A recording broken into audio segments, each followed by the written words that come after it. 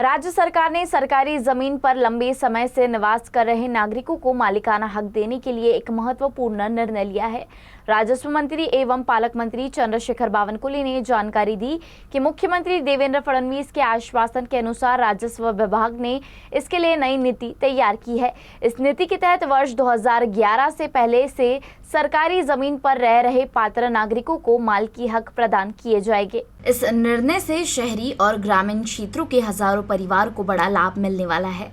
सरकार के अनुसार पात्र नागरिकों को मात्र 1000 रुपए में अपने घर का अधिकार मिल सकेगा, जिससे आर्थिक रूप से कमजोर वर्ग के लोगों के लिए अपना घर बनाना आसान हो जाएगा। पहले यह सुविधा केवल प्रधानमंत्री आवास योजना के लाभार्थियों तक सीमित थी, लेकिन अब इसे सभी पात्र नागरिकों तक विस्तारित कर दिया गया है। इस निर्णय से अमरावती जिले में लगभग 22 से 23 हजार नागरिकों को लाभ मिलेगा, जबकि पूरे राज्य में करीब 15 लाख लोगों को इस योजना का फायदा होने की संभावना है।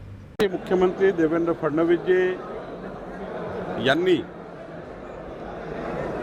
विधानसभेच्या निवडणुकीमध्ये जो संकल्पनामा दिला होता, जो विकासनामा दिला होता, त्यावेळी शब्द दिला होता की महाराष्ट्राच्या जी जनता आहे, जी सरकारी जागेवर राहतं, जे नागरिक राहतं, त्या नागरिकांना त्यांच्या मालकी हक्काचे पट्टे मिळावे, त्यांच्या घराचा बांधण्याचा मार्ग मोकळा व्हावा, याकरता आम्ही मंत्रिमंडळात हा निर्णय घेतला।